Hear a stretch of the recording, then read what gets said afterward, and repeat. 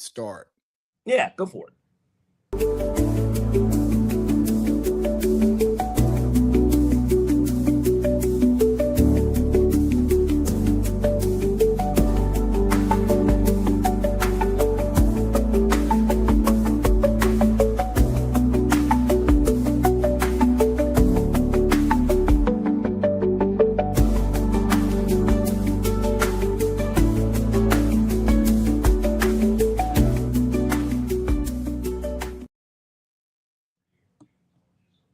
How we doing there, Parlay Pete?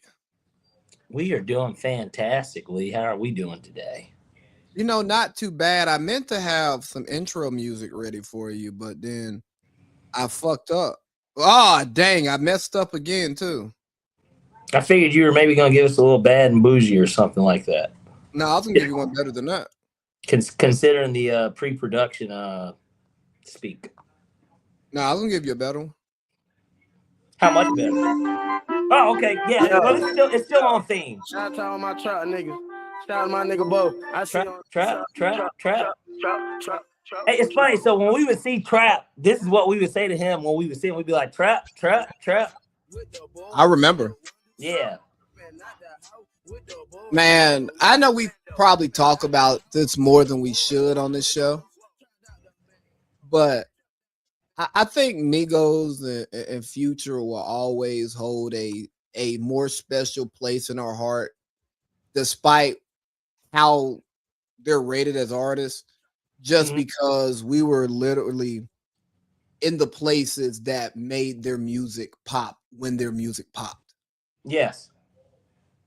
Like, yeah, the Travis Porter shit was cool, like all the other Atlanta niggas, but like they ended up not like becoming legends. We're talking about like, legends.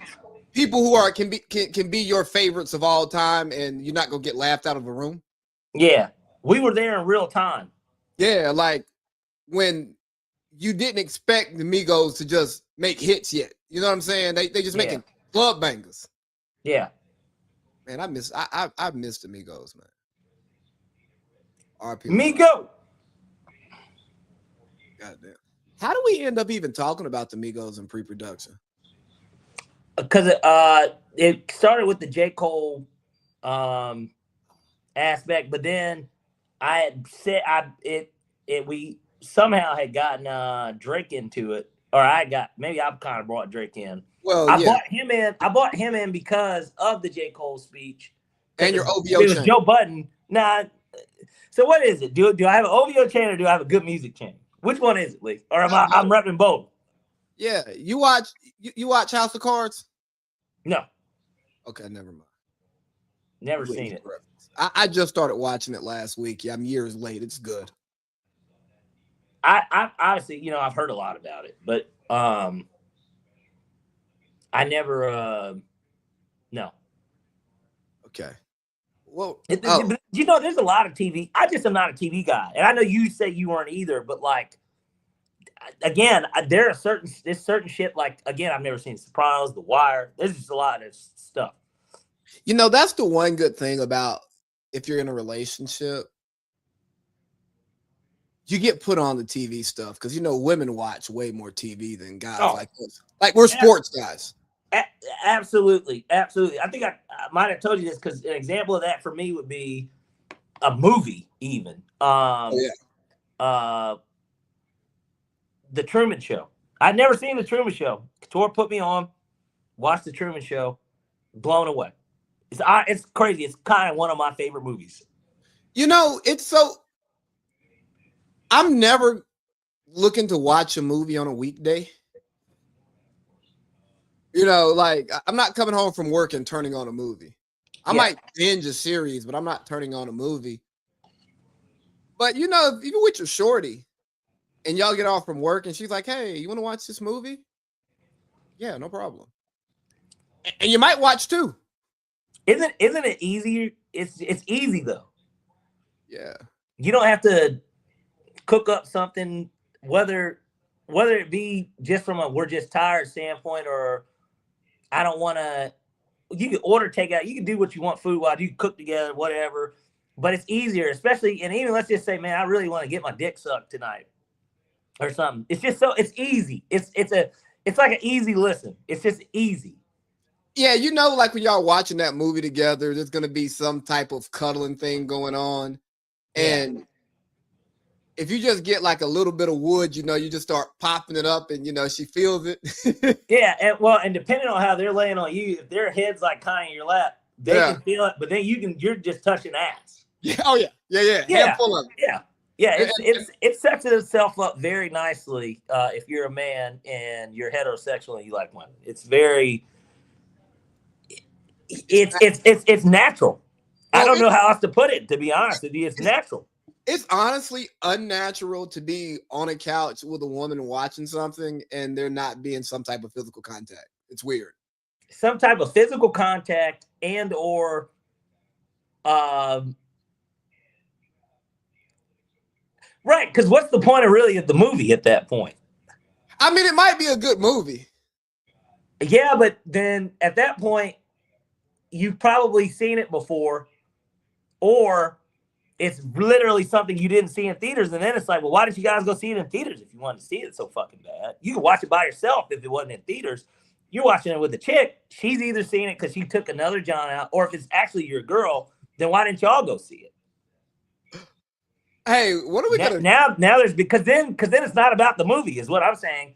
Because you would have went to see it in theaters if you wanted to really see it, and you have a girl and she wanted to see it. Why wouldn't you just go see it? Does that make sense? Yeah. No. Yeah. Are we gonna name that segment "Dear John"? Or I'm gonna workshop it. I'd like that as a working title. I do. I think tentatively that's a great way to announce the segment. I mean, we could make it like the Notebook. I don't know how we can incorporate that. And maybe that's like the. Have you ever seen the Notebook? I have a dick. Okay. Have you? I had to in high school. I had a girlfriend that she was white. How about that? I wasn't in a relationship like when the Notebook was a thing to watch, so I didn't have to watch it. Oh yeah, there's that. And then what's the vampire movie? I went and saw that in theaters. Yeah. Twilight. Did you read the books too? No, come on. I have a dick. No, I didn't read the book, but because I have a dick, I did see it in theaters with a woman. So, because I have a dick, and in high school, what's the easiest? We just talked about it. If you're watching a movie, what makes a chick horny in a movie theater? Her man being up on her and touching her, and you're watching what she wants to watch. She's rubbing your dick the whole movie. You're thinking to yourself, he's like, you like watching these vampires. I want you to suck the life out of this guy. That's what I want, And that's just the honest to God truth. People can look at this show and this segment, if this gets clipped up or anything, like, you can say what you want to say, but these are the hard truths that we have to live with. Hey, Parlay Pete, we are recording. It says live, and this will get clipped. Okay. Well, so be it, right? I think that's what pushing. This is culturally inappropriate. There you go. With AC Lee. One of these days. One of these days, Alice. One of these days. Yeah. I almost said that to somebody at work today. It wasn't a certain employee, was it? No, it was random. Okay. I don't know what I've told you. You don't even know which employee I'm talking about. That's the funny thing. Yeah, and I don't even know what employees I've talked to you about. So it's, Well, you got somebody that might want your dad because they want you, but you're emotionally unavailable for them. You're emotionally unavailable for them. Then you got Hey. You got the sweat. No. You got the sweater cow. Sweater cow. Yeah. The milk. The cannons, but cannon. But he told me about a couple, but those being the two stories that stood out to me. Okay, well, let's Well, we'll calm it down. We don't have to bring Bezos up. I shouldn't have said that. Well, you've said Bezos World on here before. Yeah, I mean, Yeah. this whole world is its world, you know. Well, regardless of what people want to realize, yes, he runs he has a fraction of it. I mean, everything's powered by AWS. Everything's powered by AWS. You can't get anything delivered without it being these guys, and They're going to drive the post office out of business. And you know, it's crazy. I always thought that the biggest loser for Amazon was Walmart, but Walmart still wins. Hey, you know Because why? some people just like movies like to go to get their shit in person. You know what else? What's that? The people who go to Walmart don't keep up with the latest trends. And that's Walmart's not a great, knock. though. Huh? I said Walmart's great though. Yeah, it's not a knock, but like your typical Walmart shopper isn't up on all the trends. They're more Facebook, less Twitter. You know what I mean? Correct. That's true. If people, that use Facebook faithfully are Walmart shoppers. I guarantee it. I guarantee it. If there's somebody watching this right now on your Facebook, I would love for them to drop a comment and tell me I'm wrong. Now, granted, you could say, well, nigga, everybody goes to Walmart. Well, no shit, Sherlock. But at the same time, you buy fresh fruit from Walmart. You go to who goes to Walmart? Do you go to Walmart more than once a month? And that will answer the question. I don't go to Walmart once a month. I go to Walmart when I need something from Walmart. I get my dog food from there. So like I go once a month, but it's for dog food or like you're not a one-stop shop guy. No, not with dog food, because the dog food be Walmart be having they tax. Yeah, Walmart just has a good price on dog food. Yeah, and you're getting the big 50-pound bags, I'm sure. Hell yeah, you see them two monsters I got in there? Yeah, and they're how long does it take them to eat all that? I don't know. Because we've only got at my dad's house at least. We got a dog. Well, technically there's 3 dogs, but there's one that's the outside dog, which I'm sure you've met. And then does the outside dog have a name, or is his name Outside Dog? Frack. It actually didn't have a name. Is what's crazy, but we had 2 when you came to the house that time. We had 2, but one of them died like last Christmas. I remember. Yeah, which it was so sad. But yeah, I've had that dog since I was in high school, so it's very sad that Minnie died. R.I.P. Minnie. But yeah, the other one's name is Frack. That's his name. You know Big Marv, right? Yeah. He's not. Think of that. He's no longer Fat Marv. He's Big Marv. He ain't even really. And now he's not even big, right? Like, if I hadn't lost this weight, I would be bigger than Marv. Pause. New Kung Fu Kitty. But Marv came. Like, I want to say it was the first time he came to my house at college. Out there. Yeah, in the Ville. Okay. My mom had like these 2 dogs. They were outside dogs, you know, no fence, no leash, no chain. I don't even know if they had collars. They just stayed around the house. Mm-hmm. Didn't bother nobody, just barked to let somebody know, let somebody know. Let you know somebody outside. Marv asked me their names. I'm like, bro, I don't know them dogs' names. I just came home one weekend and they was here. So he named them Dog 1 and Dog 2. Now, which one was Dog 1 and Dog 2? Didn't matter. Dog 1 and Dog 2. And obviously, I know you got Gucci in California, right? So yeah, I didn't have my dog died in high school, my Siberian Husky. Mm-hmm. And I didn't have another dog. Oh wow, you had a pretty dog.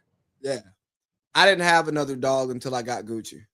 My mama would get like little yard dogs, but they were her dogs. They weren't your dog. It wasn't your dog. Yeah, and I was in college, so like I wasn't even home when she was buying them, and they probably run away. I don't know what happened to them dogs. That's such an interesting thing, because that's kind of how we were. I grew up with dogs. We had one family dog. Like, that dog is so crazy. This is a true story. That dog is buried where we have a mural set up for my mom where her ashes are. We literally decided to place it there. Yes, that dog was that big. Smokey. was our dog's name. We never had a leash, never had a cage. That dog roamed around our neighborhood, always came back home. We didn't even have to low-key feed this dog. It was that. Smokey was like we did. I'm not saying we didn't. Smokey was like a human. Smokey might just come back with a carcass or something. He's killed raccoons, he killed squirrels, he killed raccoons. We have a creek at my house. So like even for water supply, this is what I'm saying. It was a self-sufficient dog. He killed a raccoon once. We saw it. Like it was unbelievable. That dog. Coons are vicious. Man, let me tell you. Hey, can you call raccoons coons on podcasts, or do you have to say raccoon? I call it a raccoon because that's just the proper name. I don't mind calling it a coon. I think that I have a different meaning for coon, which we're going to get to in a little bit when it comes to our fan base. But like, so I like to distinguish the two. That way, you know who I'm talking about. Okay, because I grew up talking about coon hunting, coon dogs. Ooh, it's a coon out there. Well, Lee, you're a little bit more in the country, you know. It is. It would be considered more country. I'm from the country. I'm surrounded by fucking woods. Yeah. If I walk outside, so am I. Georgia is woods. So I'm surrounded by my family woods when I walk outside. There you go. Yeah. Yeah, I live in the country. Yeah. It's crazy. Somebody might think that I'm more country than you because for whatever reason, people think that I sound country. And I'm like, no, the fuck I don't. Yes, you do, nigga. I do not. Country? I don't sound country. Maybe I have a southern accent. That's fine. I sound country. Okay. Not in a negative way. You don't sound like I don't take it as a negative. No, you don't sound like a but I don't sound country because I'm not from the country. I'm southern. I'm from the South. I will take you have a southern dialect accent twang. All that is fine with me. Don't tell me I'm country. Because I'm not country. I'm not from the fucking country. Who from the locker room? Who from the locker room can I call? I'm gonna let you pick. Well, Josh Holsey would be the first person that I would honestly reach out to. He was my first call. We can't call him. He's not an option. It's 8:00. We can get Boink on the phone.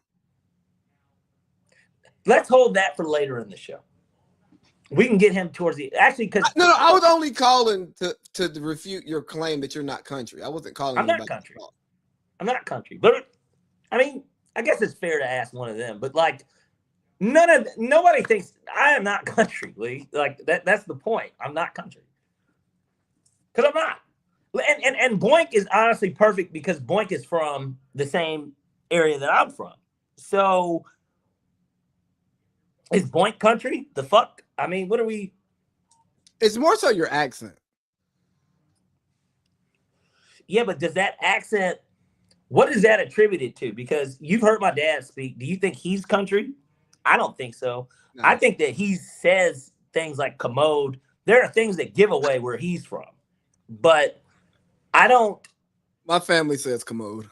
Yeah, well, but my dad is from the country. And he's the only parent from the country. My mom is from urban city, Wilmington, Delaware. Like she wasn't country at all. Like, do you think Justice is country? Yes. Wow. Country accent, absolutely. Lair certainly didn't sound country. I don't know. I mean, I know you were, at the funeral. I don't think Taurus and Donis are country. Like, I don't know. I don't know. I don't think I'm country. That's my point. I might wear a Georgia hat. I might have ripped denim. I'm not country, though. I'm just from the South. I just couldn't read it. I just didn't know what it said. I'm not playing these games with AI bots today. Yeah, well, that's fine. They tried to get us last week, but I guess we should talk about the most pressing news. You want to hit the theme music? Because I actually feel like doing this.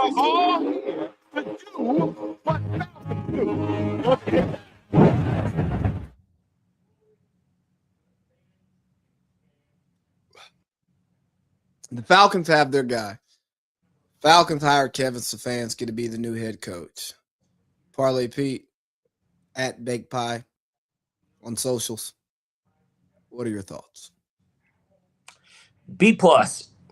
I'll go ahead and get ahead of it. In terms of the initial hire, when I first heard it, I said B plus. And here's why. To me, he was the best available candidate in terms of for what it is that you want. And what it is that we wanted was three things. Offensive-minded, experienced, and younger. He's 43. He's coached as a head coach in the NFL for 6 years. And he's an offensive-minded coach with an offensive background. Obviously, he has spent years with the Vikings organization. Think about it. Before he went to Cleveland, that was literally all he knew. He had been with the Vikings since 2006. So think about it. He was with Brad Childress, Zimmer. He's so, he got a network.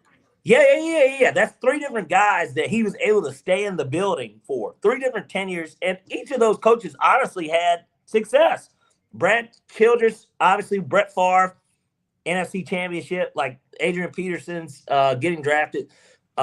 Zimmer went to an NFC Championship as well. A lot of success under his and a former Falcon himself, defensive coordinator. And then obviously, what's his face? The current head coach, drawing a blank. Help me, Lee. I can see him. Kevin O'Connell. Yeah, there we go. So he's been under 3 different regimes at one organization, gets hired by the Browns. Obviously, maybe before now, Detroit would have been in the race with them as the 2 worst franchises in the NFL. Cleveland still, I think, low-key ultimately holds that title. I mean, the Deshaun Watson trade is a example of it. Yeah, I was gonna say an A word that you normally use about what that was. I don't know if I don't want to be that insensitive on these clips, and so, A word. Oh yeah.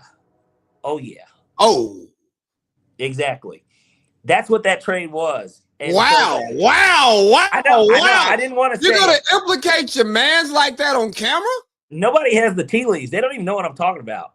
It might start with an A and an S. How do we know what word I'm even talking about? Could be ass. Plunder. It was the most ass trade, Lee. God, I didn't want to say ass. I don't want to do that type of stuff. But the point is that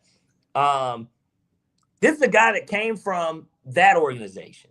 This is one of the worst organizations ever. And it was one of the few things that they did right by hiring him. He's a 2-time coach of the year. Notice how I didn't even bring that up in terms of the 3 check marks that I needed for my head coach. That was a bonus.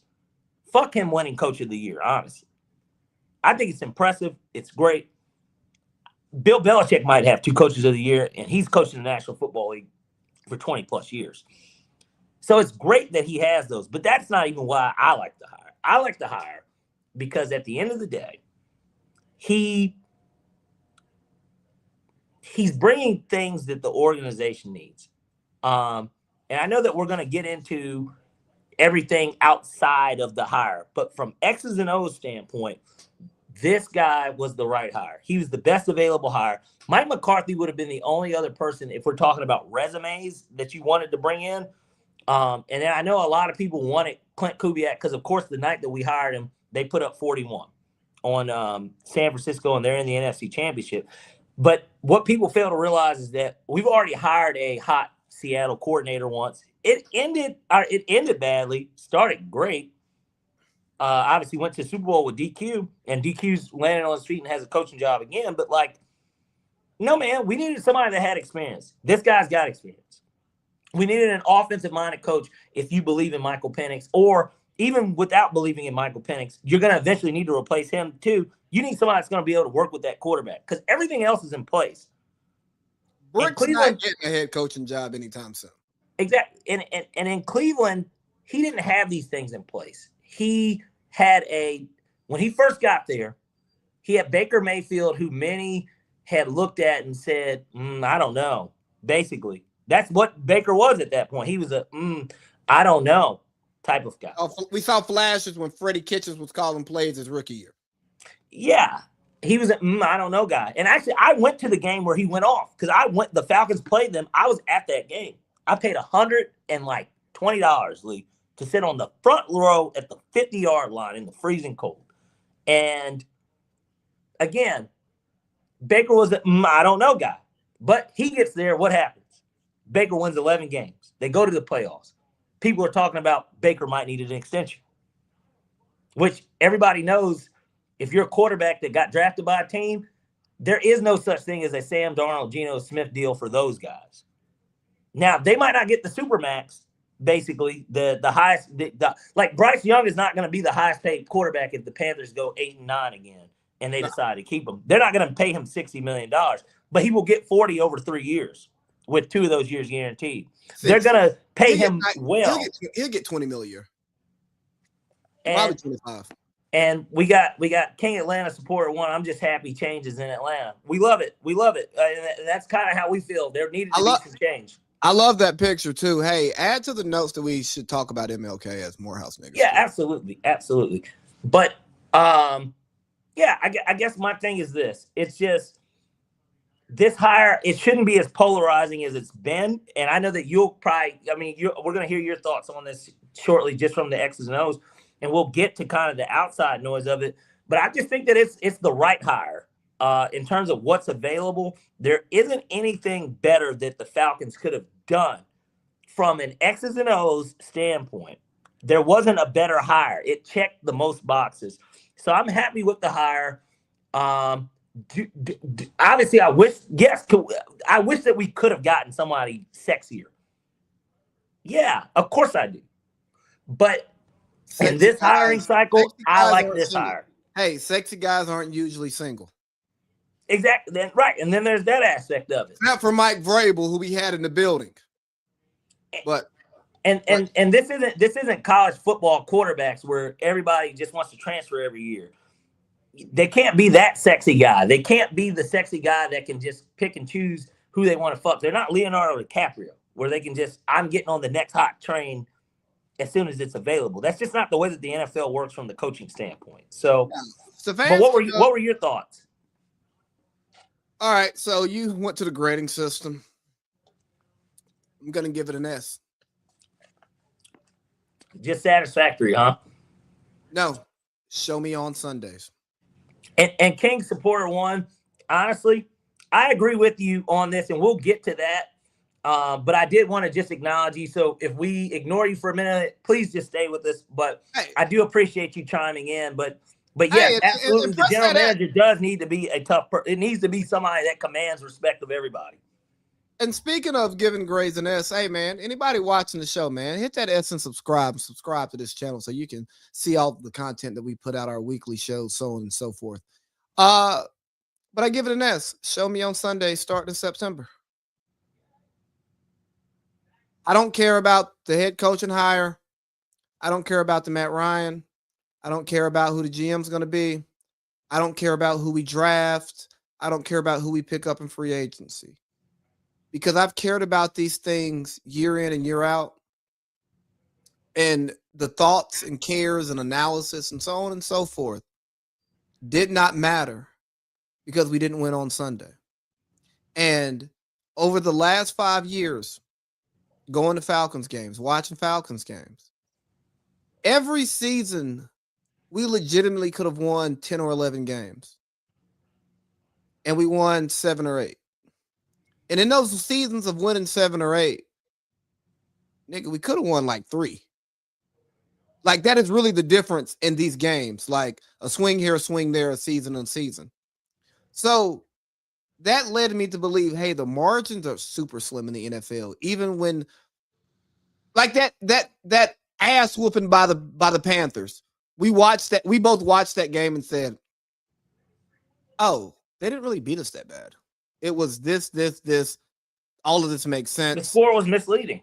Yeah, the score was not a reflection of the game. Like, our offense actually was better than theirs, but we couldn't do shit inside the red zone. So it was just weird. So in saying that, it doesn't matter. If Stefanski's the right guy, but the GM's the wrong guy, it doesn't work.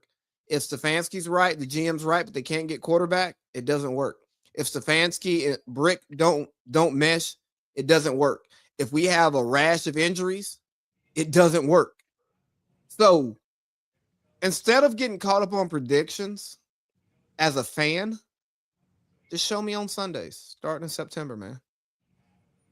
That's such a cop-out answer, Lee. We want to, that's ultimately what we want, but we want to know what you actually think about the hire, not what you hope to see and your optimism. I want to know truly, do you think that this was a good hire?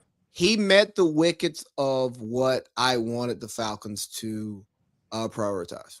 So he checked your boxes as well. Yes. I am based on past performance. I'm happy with Kevin Stefanski. And as we transition this into the more spicy part of the conversation, getting into some hard R behavior. Yes. I saw the graphic of Stefanski side by side with Raheem Morris over the last 2 years. I heard what they said on the arena. You know, there's some more stuff going around. Here's what I want y'all to know. A lot of these people did not watch the Falcons, do not watch the Falcons. A lot of these people did not watch the Browns, do not watch the Browns. Nope. And also some of your favorite sports analysts, especially some of these retired athletes who are on networks, they're not watching all the games and they're not listening to people talk about it. So they're not getting any type of true perspective outside of a game here, a game there, what's on the four letters and a little bit of Twitter and the media narratives, right?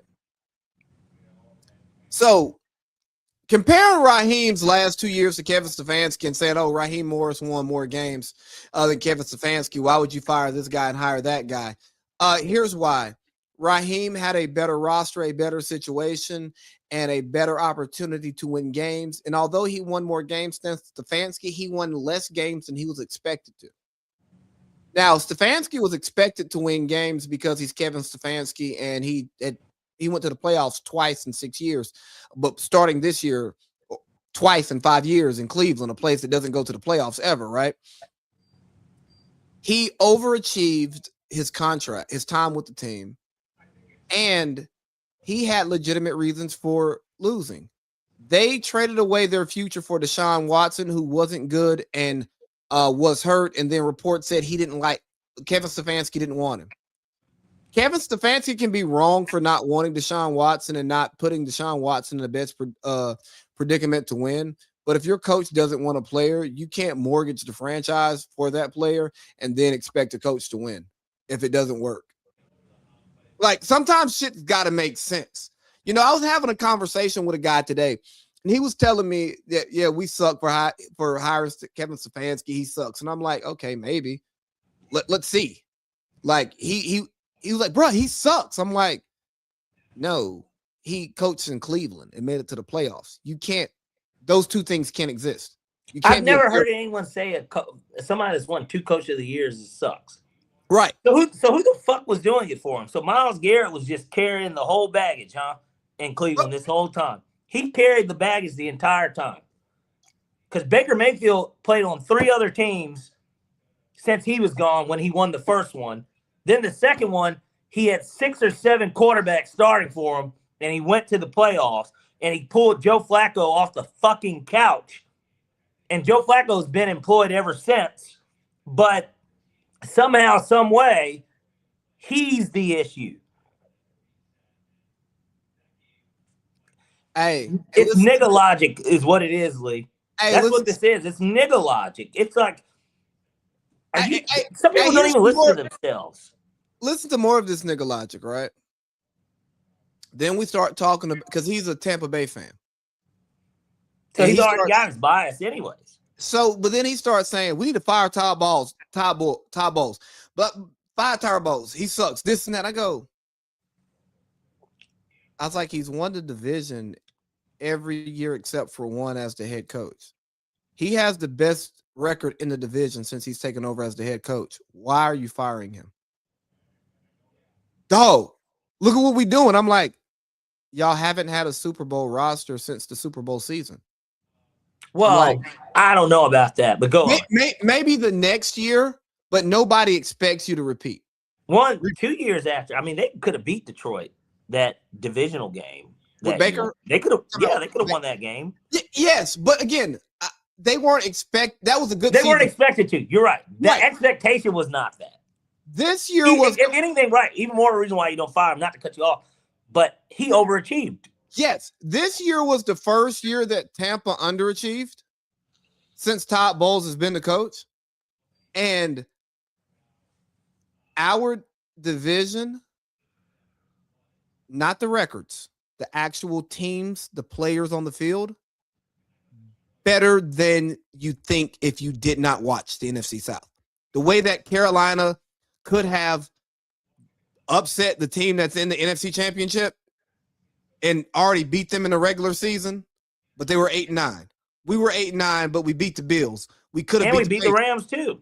We beat the Bills and we beat the Rams. We could have beat the Patriots. We were in the game against San Fran. But we lost to the Jets and we lost to the Dolphins. Right. And there's our season in a nutshell. That's the Falcons.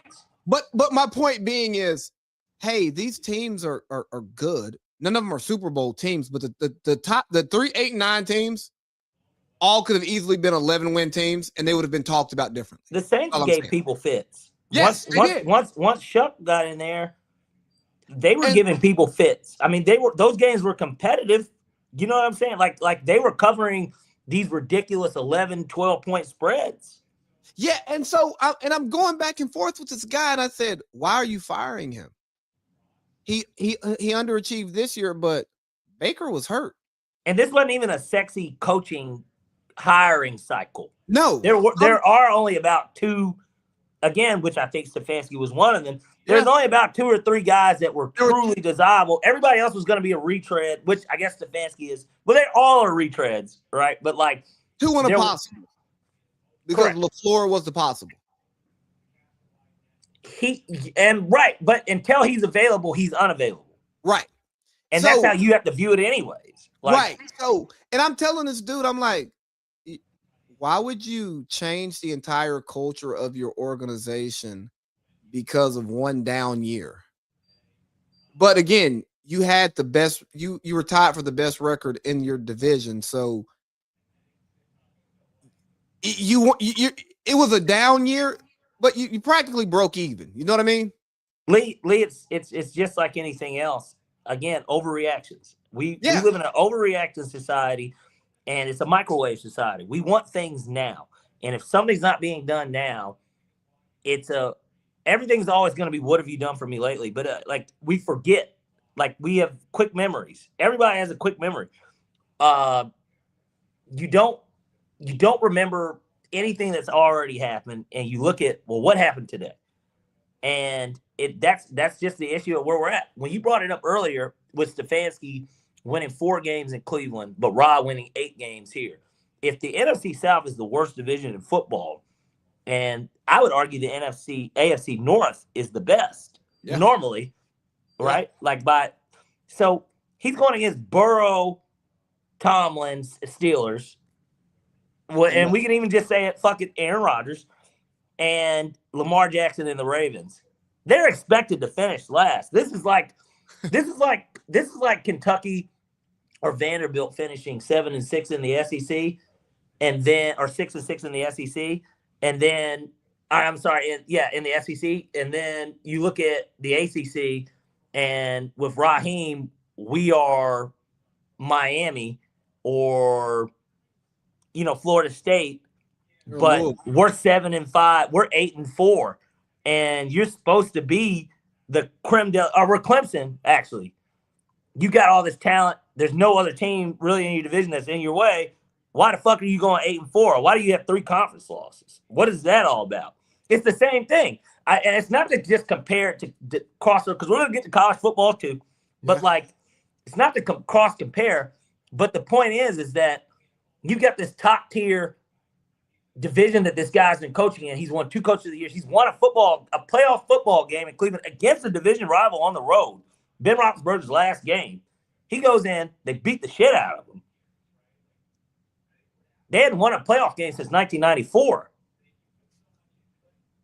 Baker wasn't born yet, cuz. Wait, we got a comment here because this is important. You young men don't understand the racism that exists in the NFL. Stefanski is getting rewarded for his sabotage of the black QB. Okay. Let me get this one. All right.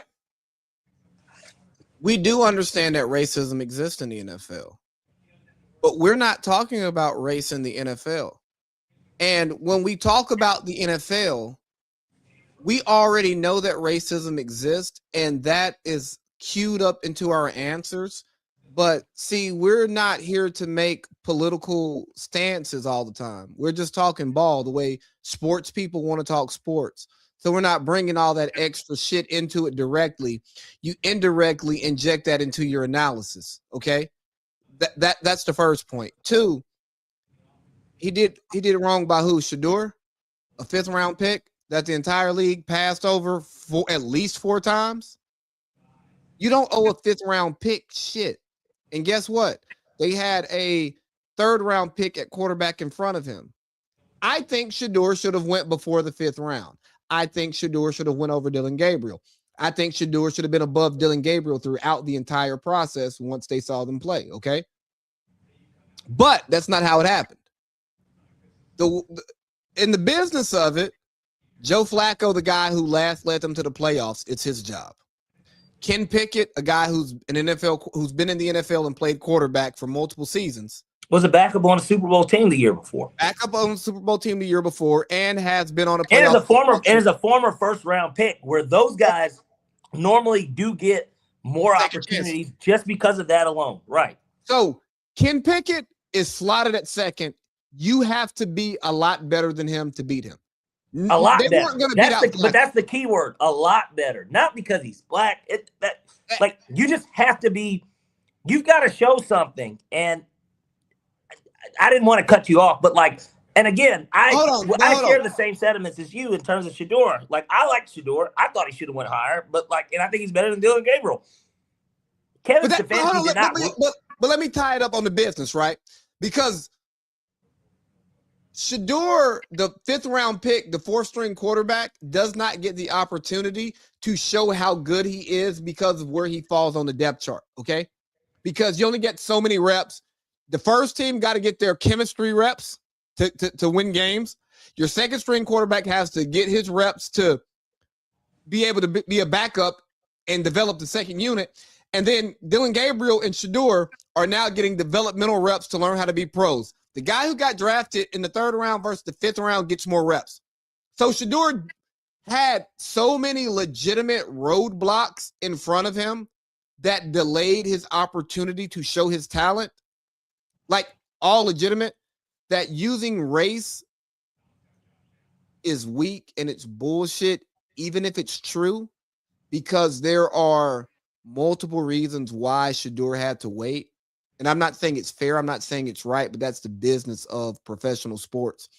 And I think we need, and this back in this hard R shit, we need less people talking about sports who don't take the time to understand the business of sports. I'm not saying you got to watch ESPN, Fox, FS1 all day, listen to podcasts all day. No, but you should listen to people. If anything, we don't want you, but I wouldn't want you to listen to them because those are the people that carry off bad narratives. I would not tell you don't drink from a toxic fountain if you're thirsty.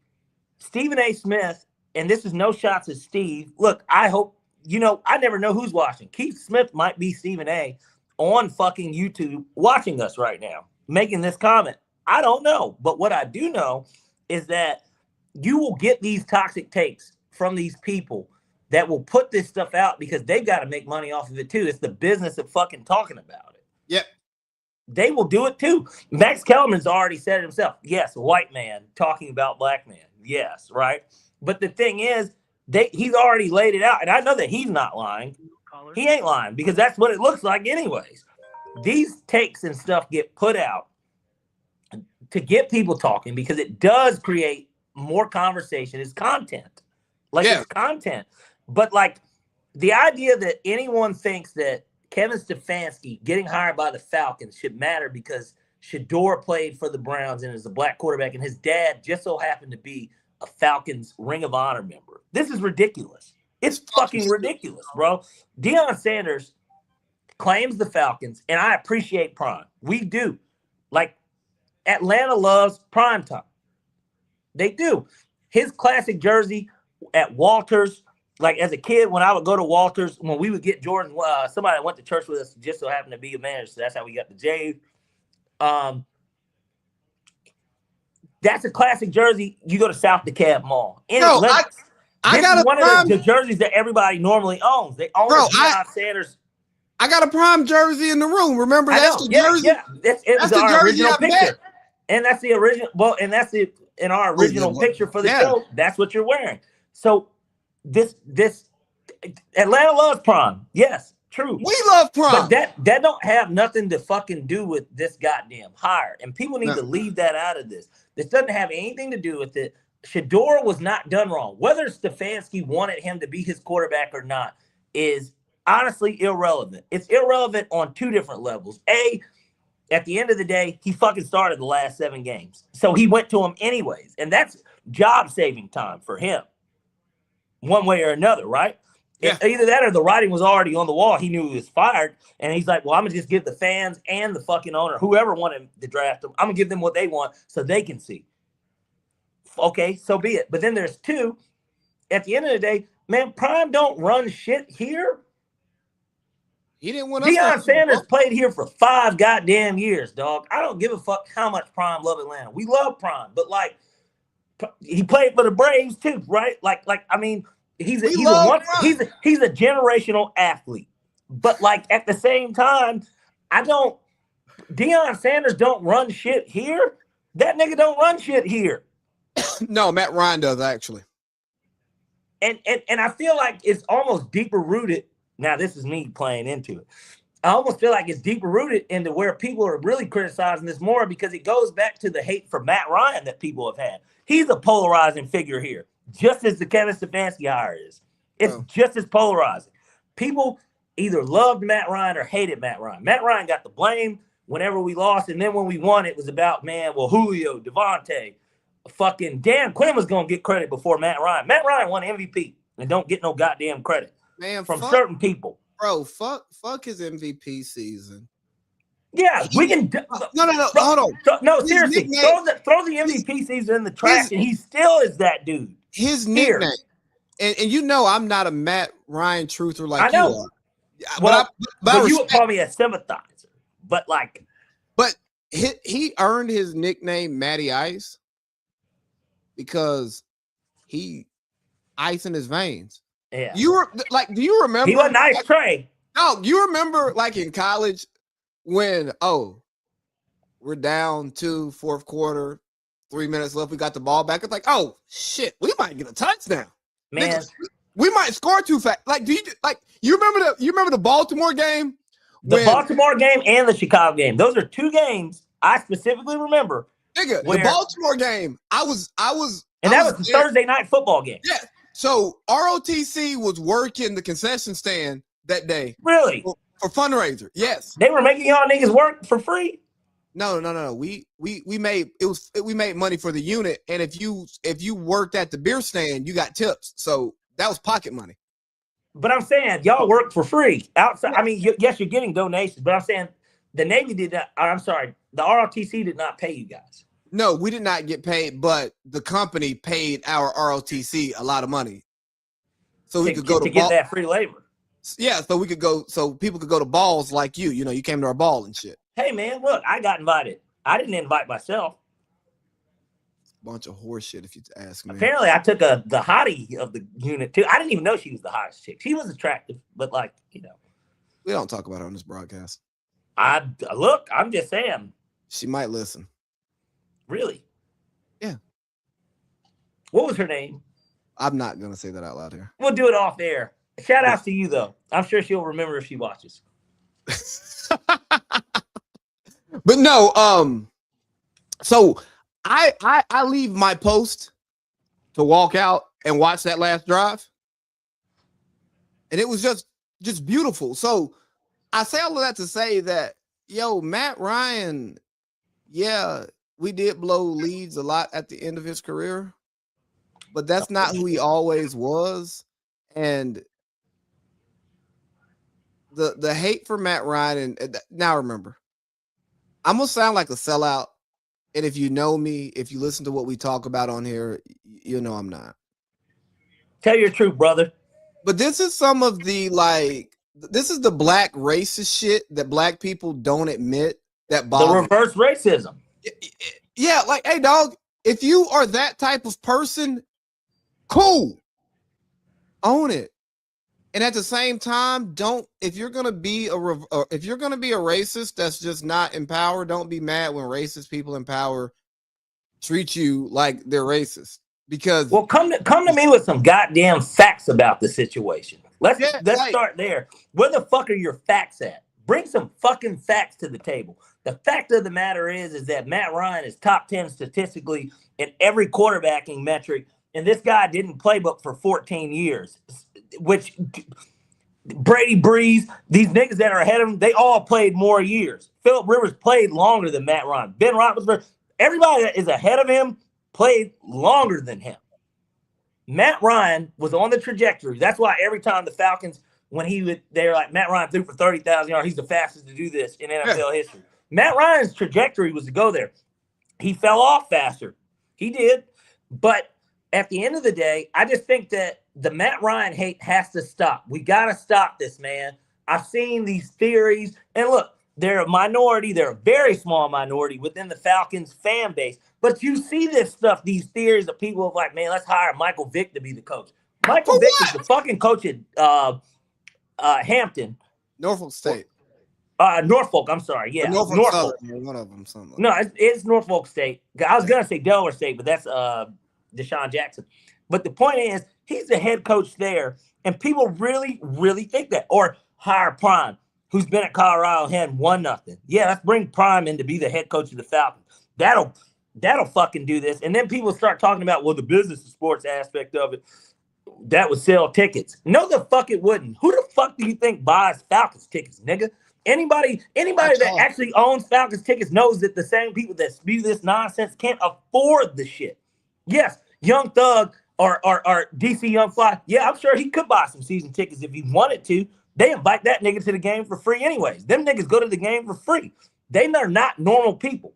The normal people that are black that talk about this, I'm not saying it's all of them, because there are some that can't afford it. But for the most part, these are tailgaters that are saying this. These are Twitter fingers. These are motherfuckers that ain't never been to Mercedes-Benz Stadium saying it. And I'm not even trying to get classism on people. But I'm just saying, I know how much it costs to go to the game. And it's just like, no, hiring Prime is not going to go. Ticket sales are not going to fucking go up. You want to know what's going to make ticket sales go up? Winning football games. Hey, Parlay Pete. Yeah. You know I'm passionate about this, man. It's just, bro, the people who have the strong opinions go to church on Sunday and eat Sunday dinner with their family and watch the game. They don't even have strong opinions, Lee. They got opinions. They're not strong. The opinion isn't strong. That's the issue. It's deeply rooted, but it ain't a strong opinion because there's no factual evidence to back up even their theory. Like, they don't even, for their opinion, they can't even give facts to support it. Like, it's a weak argument. It's fucking fodder, bro. Like, that's what it is. It's fodder. And even in specific arguments, when they're right, it's not because of their logic. What are they right about? Give me an example of somebody like this is thinking and what they're right about. I can't think of one specifically, but I'm just saying, if you're doing a Falcons like conversation, right? You're doing some predictions and some debate. Most of what they will get right, it's not backed in any type of logic, reason, like repeatable process. It's nah, nigga. Like when you say why, when you say why is Mike Vick? When you say like why is Mike Vick better, and this isn't right at all. But when you say why is Mike Vick a better Falcon than Matt Ryan? Bro, did you watch him? That nigga Vic fire. Yeah, I had his jersey. I watched him. I say this all the time on this show. He was great. I loved Michael Vick. I had a red 7 jersey. Again, I had a red 7 jersey too. I know you know this, but I'm just saying, for anyone out there that does not agree with how I'm assessing their opinion, I am a Michael Vick fan. I love the way that he's turned his life around and gets on Fox and then is the head coach at Norfolk State now. I fucking love that. Michael Vick is always going to be a Falcon. I love the last home game of the regular season of the Super Bowl year. We played the Saints. We won that game to clinch the number 2 seed. And Michael Vick finally got to get serenaded. Michael Vick had not been back. I have it on Snapchat as one of my memories. I love the moment. He was the last person they introduced to come out for the last home regular season game against our biggest rival. And like everybody loved that Mike Vick was back. That did not change what Matt Ryan's done. And it's not about Matt Ryan, but like it's about the hate and the heart. It is because they're linked together because basically everybody looks at the lame duck year from Bobby Petrino. We don't even talk about anything about that season. But that's what set up for Matt Ryan to come in. So he's the successor in reality. It's not Joey Harrington. It's not, Byron Leftwich. It's not Chris Redman. It's Matt Ryan. That's the successor to Michael Vick. And the idea that this white guy comes in, he wins 11 games, wins Rookie of the Year, and fucking goes to the playoffs and has 5 straight winning seasons when we never had back-to-back winning seasons in our history. It's, well, he's still not better than Vick. Look at what Vick had. Vick had fucking a Pro Bowl running back in Warwick Dunn, who was a minority owner, who is one of the best good guys in NFL history. Hey. He had Algie Crumpler, a 3-time Pro Bowl, 4-time Pro Bowler. Certainly one of the better Falcons ever. But Peerless Price. Wait, real quick. Peerless Price, as much as we want to dog shit on him, Peerless Price had 1,200 yards receiving the year before they signed him. Arthur Blake was doing Rich McKay too. They did what they should have done. Now, I would have traded for Randy Moss if you could have got him or, from the Vikings. Yes, that's what you do. Or T.O. before he goes to Philly. But they got Peerless Price. That's who they saw. Peerless Price had 1,200 yards. They added him. It sucks that he didn't fucking do anything. They got Jimmy Horn, who was kind of, he's washed up. Joe Horn? But I said Jimmy. Joe Horn, who, look at me. Yeah, thanks. They got him who had been in those Saints Falcons games, the games that people care about. The people that talk about it, the one game that they might have gone to. That's who they got. He was washed up by that point. Brian Finneran, always injured. 4th-round pick, Villanova. Not even 4th-round pick, wide receiver 4 Villanova. He would catch some balls. We had the number 1 run defense in the NFL at that time. Pat Kearney was a consistent double-digit sack guy. We had a good defense with those teams. Maybe Jim Moore wasn't the right coach. I don't know. Dan Reeves was at the start of the Michael Vick era. Hall of Fame, well, not in the Hall of Fame, but very good coach.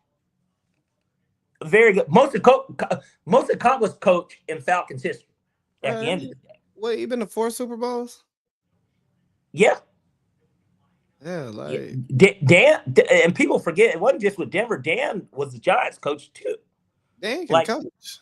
And he was an NFL player and was a pretty good running back for the Cowboys in the 60s. So it's like, you know what I'm saying? I guess I look at it from the standpoint of Atlanta needs to wake up in terms of their fandom. And I'm glad because I just looked at this and you know that this sits on my desk and I still have this to this day. Who is that, Lee? Mike Vick. I have a Michael Vick Nerf ball that I've kept that my mom got me. And it's still in its packaging from that day. She bought 2 of them. I opened up one that already got fucked up a long time ago. But I still keep this as a keepsake. I still have a home and away Michael Vick jerseys from before the jerseys changed. I'm team Michael Vick. I love that Madden. It was on my 10th birthday. I'll never forget it. Madden 03. I turned 10 that year. 04, but it was 03 when it came. It was year 03, but it was Madden 04. I was 10 because I'm born in 93. But my point is that, like, I love Mike Vick. I do. But we got to stop this, man. We really got to stop this. This is not even a Matt Ryan defense. It's more of a, can we hop off the Vick sack already? The nigga did not. He made amazing plays, man. We went to one NFC championship. and I'll never forget the Packers playoff win. I promise, I won't. It was great, but we never stood a chance to win a Super Bowl, and he fucked the franchise in reality, which really helped it because we did get Matt Ryan because of what he did. All right, so I'm gonna close out the Falcons with this. All of this, niggas are talking about. Wait, we got one more thing, by the way. Understand Shador is in Cleveland and Stefanski is in Atlanta because he tried to convince the world that Gabriel. Yeah, okay. Okay, no, but look, we agree. We already said that, though. Yeah, cool. Yeah, we just keep it moving. We're not. Yeah. But we agree. No. And we appreciate you, Keith, for viewing and commenting. But we agree with that sentiment. Like we agree. Yeah, cool. Yeah. But I'm trying to close out a topic, and his comment just isn't relevant to the topic. And like, go ahead. We closed out that topic too. Like, yeah, we should have checked it earlier. Sorry, dog. But we put it up 3 minutes ago. But go ahead. But no, it's this city culture, identity, and all of that stuff. And Falcons fans need to be honest about who they are, or people who watch the Falcons and claim to be fans, right? You need to be honest about who you are and what you want. Do you want your team to be good, or do you want your team to be good the way that you want it to be good? So if you want your team to be good the way that you want it to be good, you're not truly a Falcons fan. Just like many Lakers fans in my age bracket, they're not true Lakers fans. They were Kobe fans because once LeBron went there, they didn't like the Lakers as much. It's not a shot. It's not a shot at them. But no. I'm not even being funny here. It's if you are a fan of the team, excuse me. Yes, you have allegiances to players, but ultimately you want the team to be good. It doesn't matter who's making the team. The NBA isn't fairly, and you know that. No, I know, but I'm only making I get your correlation. I'm sorry. I don't want to interrupt you. So with this Falcon stuff, hey, we just had a black coach and a black GM. It did not work. It's not because they're black. It's because of a lot of things. But let's not try to say, hey, let's go get another black coach and a black GM. How about we go get the best coach and the best GM? Like for the black people who want to lead with race, why do niggas got to be black to do a job for a team that you support? Like, it don't matter if you want the team to win. You just want the team to win. And if you're really trying to be on your pro-black shit and your racially aware stuff, it's like, bro, do you know how many black people are being taken advantage of by the NFL and by you actually supporting the league and buying this stuff and going to these games and talking about it? You are supporting black people being marginalized, even though some of them are highly compensated. Like, you're talking about a league that doesn't have black owners. Like, there's not a majority black owner. A league with not many black executives. Isn't that crazy? There's not one black owner. Head coaches, black offensive coordinators, and see, black DC will top out as a DC a lot of times. You know what I mean? But they'll get one chance to be the head coach. I don't want to. Right. I'm sorry for cutting you off. You're spitting, brother. Continue. But then, like, if you're an OC, because you coach offense, that makes you a better head coach, even though being a good head coach honestly has nothing to do with your play calling. It can, but it doesn't have to. It's running an organization. So it's like, what do y'all niggas want, bro? Like, hey, if you want a team ran by niggas the Atlanta way, you raise up the money and you offer Arthur a deal that he can't walk away from. And you name them the East Atlanta Birds. Yeah. But no, take it, like, dog, stop. And everything, even though race matters in everything doesn't have to be about race. Sometimes we can be blissfully ignorant. Sometimes we can say, hey, I don't care if this is an oppressive thing that's happening to black people right now. I fucking enjoy it. Because you niggas still wear Nike. And guess what? People in other countries are being oppressed to make that Nike at the price that you buy it at. And guess what? Those margins look great even when the stock price isn't. Like, niggas ain't taking pay cuts. So, like, Just stop being a moralist. Have your moral standards where you want to have your moral standards and all of that stuff. But dog, miss me with all of that. Oh, Dion doesn't like Stefanski because he fucked over Shador. What the fuck Shador got to do with what we doing in Atlanta? He a 5th round pick. Nothing. 5th round pick. Nothing. It has nothing to do with it. And again, and we'll put a bow on this thing and close it up, and maybe it'll get revisited at some point, certainly around the draft or whatever, since now our coaching staff is pretty much set in stone. But fuck again, Tommy Reese. Yeah, which none of us, people want to talk about outrage. Let's get outraged about that. Let's get outraged that he's bringing him with him. That's that guy who I don't like, Robinson, Zach Robinson. Zach, what's his name? Well, Zach's, and to your Tampa Bay point, I meant to bring this up when I did the SEC ACC comparison. Zach Robinson got a second interview for OC with the Bucs. Now, I'm not complaining, but if there's anything that your buddy should be complaining about, that's what he should be scared of. He should be afraid of that. He's worried about the wrong people because they've had 2 offensive coordinators that were in the playoffs this year. He needs to be worried about that. Maybe Todd Bowles ain't the reason for the season, but at the end of the day, he's the head man, and he was able to manage that and then pick the right guy to promote. And then this next guy didn't work out. They fired him, and now they're trying to bring in that guy. He should be concerned as hell about that. That's what he should be worried about. So, but to put a bow on it, at the end of the day, Stefanski's a guy. Give him a chance, one way or another. Let's reserve our energy on criticizing a new regime before anything can even happen. We're already starting off without a 1st-round pick, which is fine. We're all okay with it. We should be okay with it. James Pierce is our 1st-round pick, and let's say that we had our pick and James Pierce played for the Rams this year and he had 10.5 sacks, and we traded this year's 1st-round pick for James Pierce and the Rams accepted. Let's look at it that way. To put it in layman's terms for the niggas that can't get it through their fucking heads. Let's look at it that way. So hold on. Make it simpler than this. The guy that we pick in that slot next year or in the upcoming draft, will he be better than James Pierce? You can look at it that way too, but let's just look at it even better as if James Pierce was drafted by the Rams this year. He had 10.5 sacks, and for whatever reason, we offered them the 12th or 13th, 14th, whatever our pick is, and we said, hey, we'll give you that for him. Let's get him and Xavier Watts, and we'll give you this. And they were like, done deal. Let's look at it that way. Everybody would think, man, these guys, they fucking got away with fucking armed robbery. That's what everybody would be saying, though. Hey, you know what Les would do if Matt called him with that shit? Let me tell you, he blocked.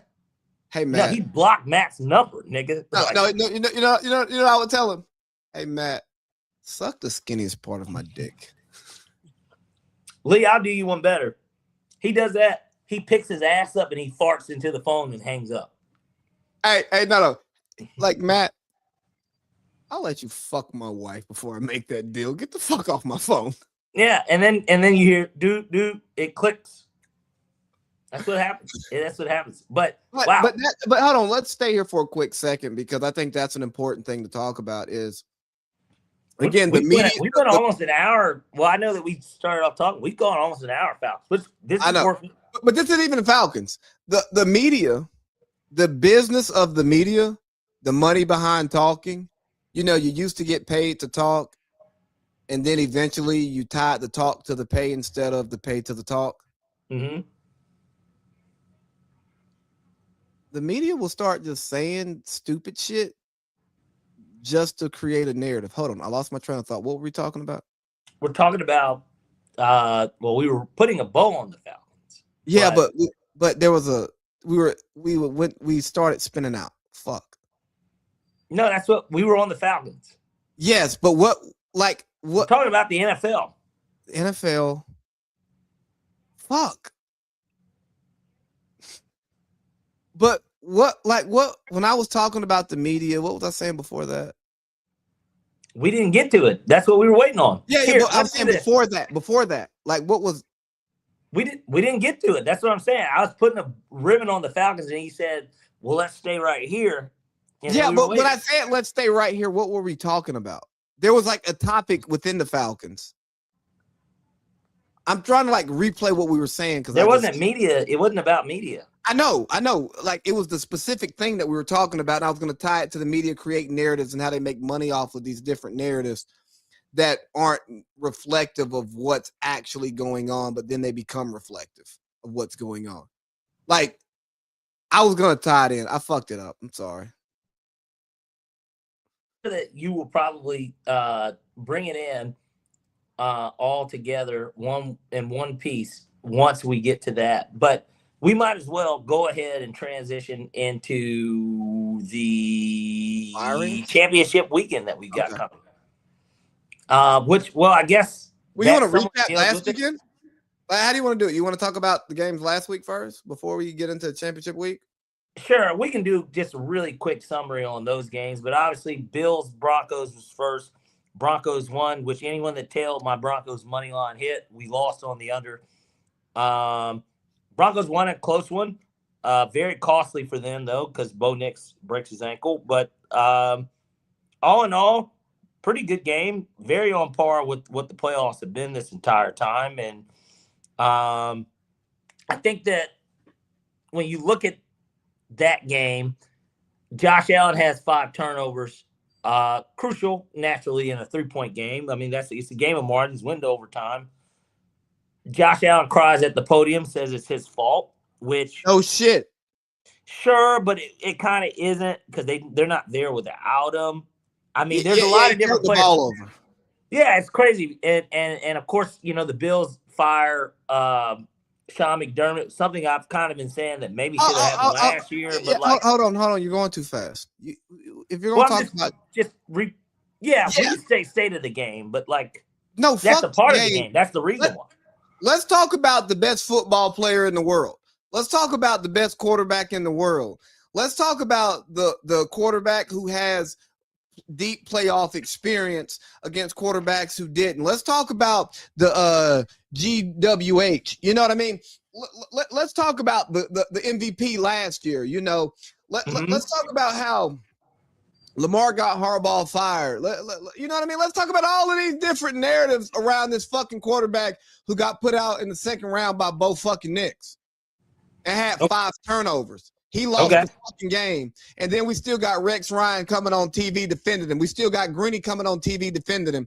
And then people want us to watch these damn shows and think these guys are serious and watching the games, and their analysis on players are based upon the games.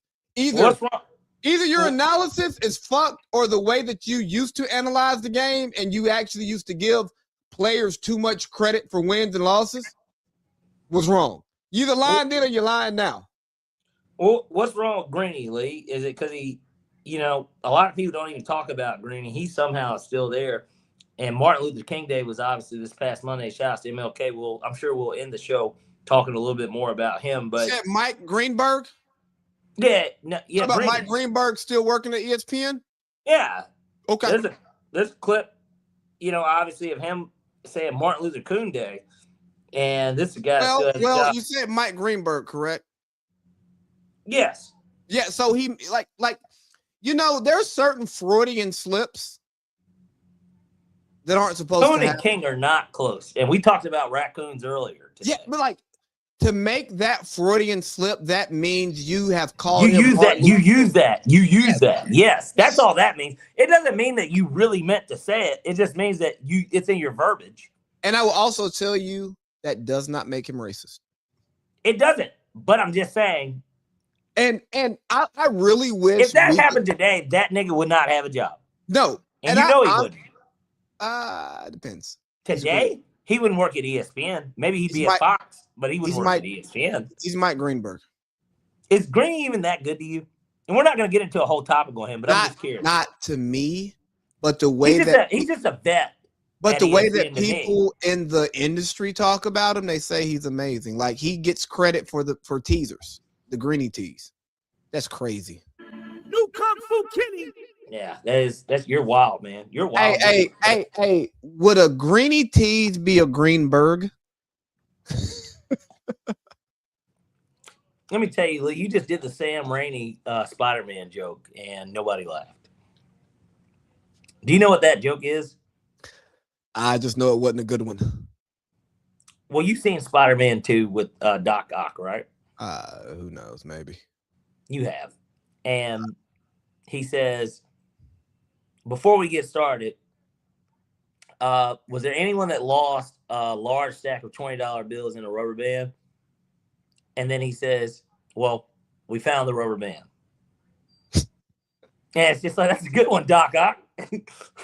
Really had the whole place going crazy over it. It's a good joke, though. It's a good joke, but it's like, you know. Yeah, it's a dad joke. I know, but. Exactly. That's basically, it falls in that category. But no, here's where the media loses their credibility. Similarly in politics, the way that like Trump's are we going to get to Jasmine Crockett? Are we going to have enough time to touch up on that when you said what you said? No. Okay. No. We can table that ass itcher. This is a Falcons show, Lee. So we can 5-minute the shit out of topics. Yeah. Go back and forth, get an opinion, and then close it, and then move to the next. Yeah, I just really want to give Josh Allen the time that he deserves on this platform, because it appears that the national platforms are Lee's happy that he was right about one of these great white hopes that didn't work out. He hated fucking Jokic. That shit aged like milk. You kind of hated Luka. I mean, the Luka hate is my Luka hate incomplete.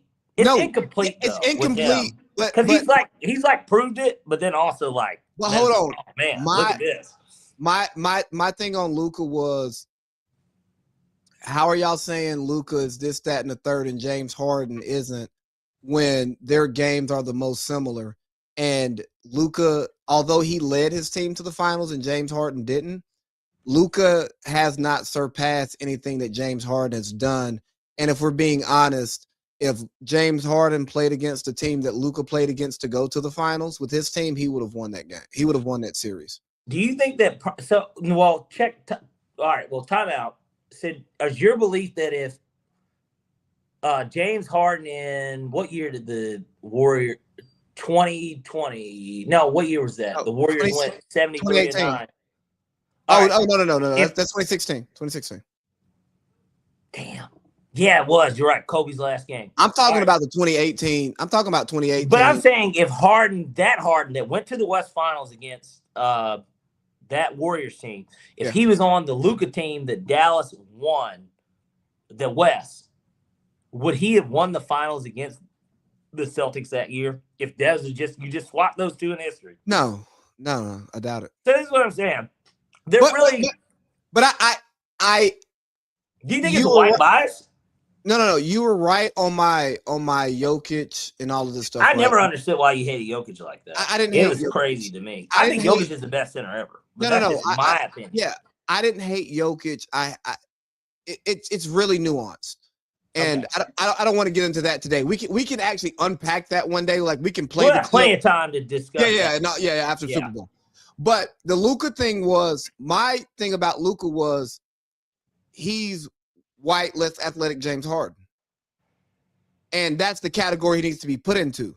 God, they're damn near just both as good. I mean, and James Harden is one of the best scorers, but they're really on that same level. Exactly. And James Harden's actually a better shooter than Luka. And I agree. As a pure shooter, yes. I take Harden over Luka. But I think Luka, because he's bigger, he uses his body better. And if we're being honest, I'm not talking about just stats. I'm talking about playing basketball. James Harden is a much better basketball player than Luka, because James Harden has been a sixth man and ran the second unit. James Harden has been a nigga who averaged 35 and 10. Luka's got more career to go, though. He's young. I know. It's incomplete. Yes, I know. But you're saying at this point in Luka's career versus Harden at this point, you would take Harden. Yeah, I'm saying Luke. Yes, but like at year 9 or whatever, year 8, whatever year Luka's in, you would take Harden from what you know versus what you think Luka's gonna do. Yes, and the way I can agree with that. But Luka is talked about like he is head and shoulders, and his ceiling is going to be above James Harden. 5 straight first team All NBAs. That's a metric kind of, but it's stats. Like, and don't get me, I'm not shitting on him. He's fine. Like, I love to watch Luka play basketball. Like, but when you start talking about winning championships and the things that Luka does and doesn't do, and the way that it's hard to fit talent around that, like, there's not much difference between Luka and Joker. And Westbrook. No. I'm gonna say Luka and Joker. Hold on, hear me out. I am. Go ahead. But with Joker being a big man who doesn't have to defend, doesn't have to guard every game, the primary best player on the floor, and you can bring in somebody to guard the bigs when Joker can't guard them if they're like the skinny, fast bigs, and he can still run the offense. Whereas Luka is in a premium position where you actually need defense. It hurts. It's just different in building a team around them. So all their usage ratios are damn near the same though. Like exactly. Yes. So he's on the floor. I'm just saying he's on the floor regardless. But I'm saying positional fit, then the way it translates on the other end of the court. AD didn't cook. I mean, maybe he did in the bubble a little, but like outside of the bubble, when they played the Lakers again, I went to game 1 of that Nuggets Lakers series. AD got it. No, AD got his numbers. I'm just saying, no.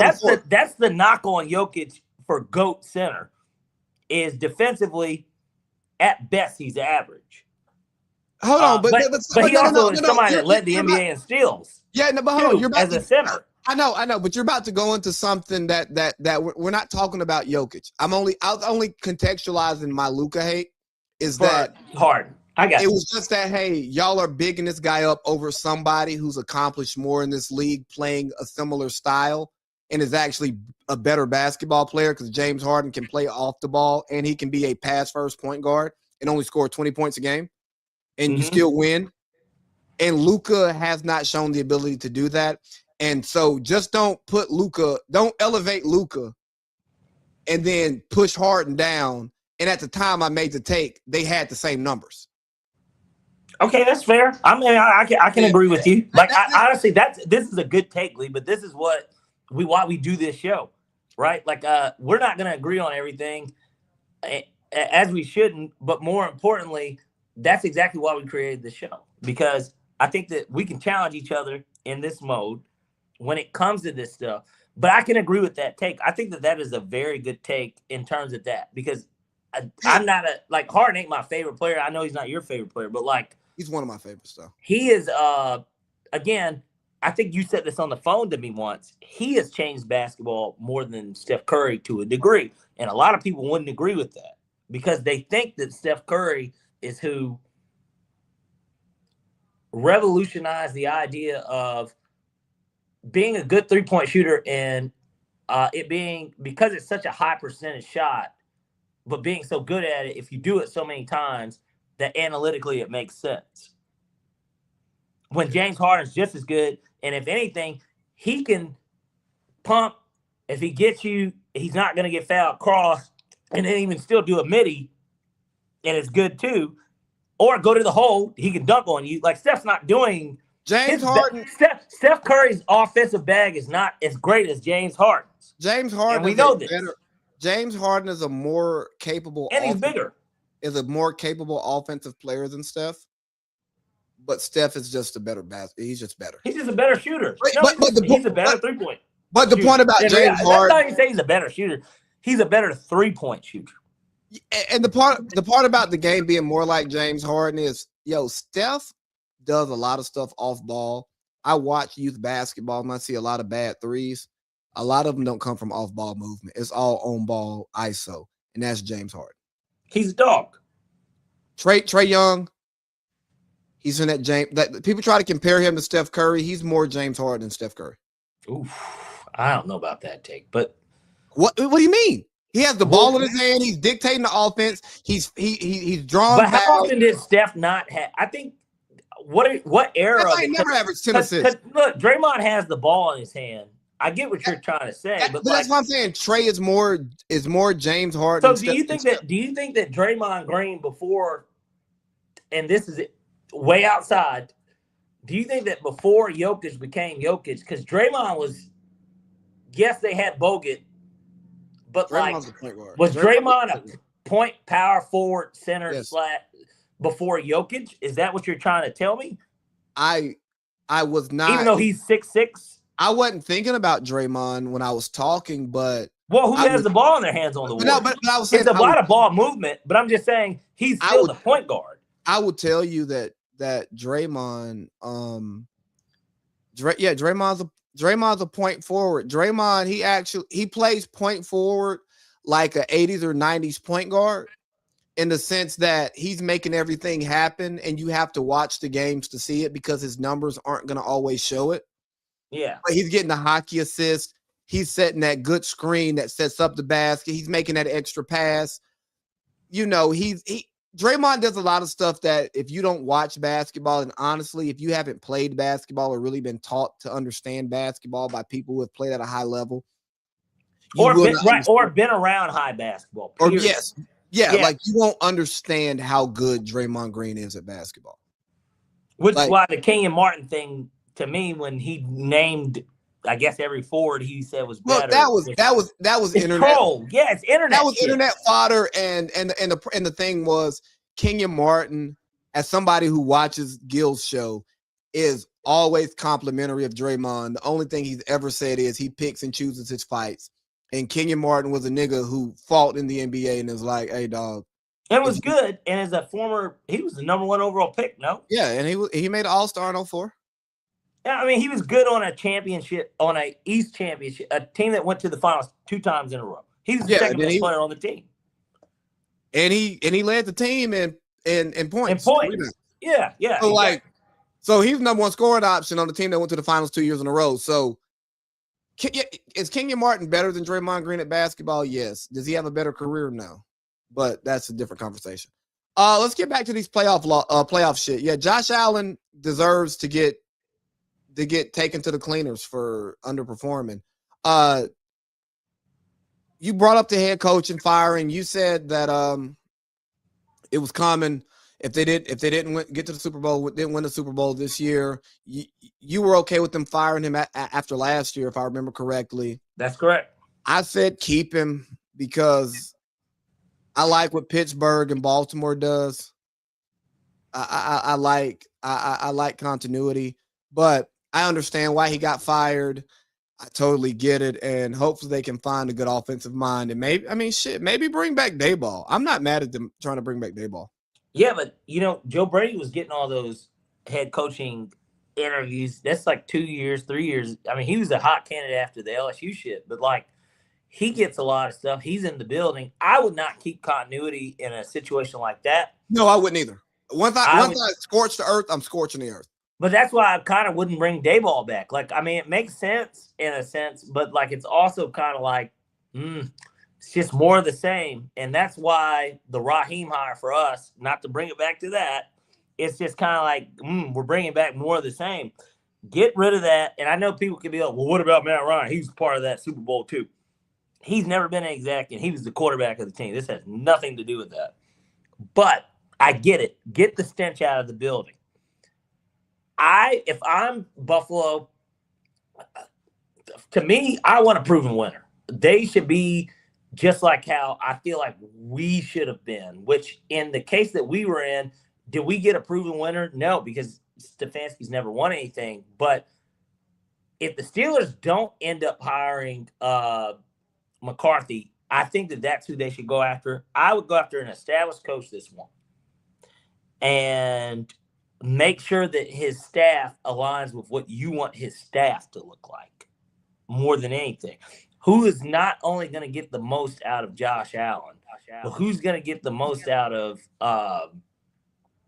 the defense? Who can make the defense better than what it has been? Because we don't feel like, even though Josh Allen's weapons aren't great, he's got the leading rusher in the NFL. But the wide receiver position, there's a lot to be desired, which is we'll get it, I guess, in the wrap this shit up, nigga. I ain't want to go. Yeah, you're right. You're right. Man, I don't give a fuck about the Bills. Well, point being, Bills lose to Broncos. Not surprised. I picked the Broncos. next game we had Seahawks 49ers. We can spend even less time on this. 49ers blowout. Yeah. Move on. San Francisco hurt. Yeah. Seahawks look like a hot knife through butter. Yeah. And then the next day, what did we have? We had Texans, Patriots. We also took the Patriots in that one. I mean, I think, to me, New England was just I knew Nico Collins probably wasn't going to play. And as good as that defense is, the offense just wasn't going to produce. And if C.J. Stroud had four turnovers, he had like 5 fumbles in the Steelers game. He only lost 2 of them, but he had like 3 or 4 turnovers in that game. What did you think was going to happen in the snow as a dome team and a California guy going against a better team than the Steelers? Hey, he played at Ohio State. I don't care. But yeah, I wanted Houston to win. But yeah, Vrab's the guy we had in the building. He's gone on to the AFC Championship. And then we had Rams-Bears, which before we get to the winning team, and I know you should probably open with the winning team, I just want to come on here and just take my medicine again. Caleb Williams is who they said he was. Yes. Both the good and the bad.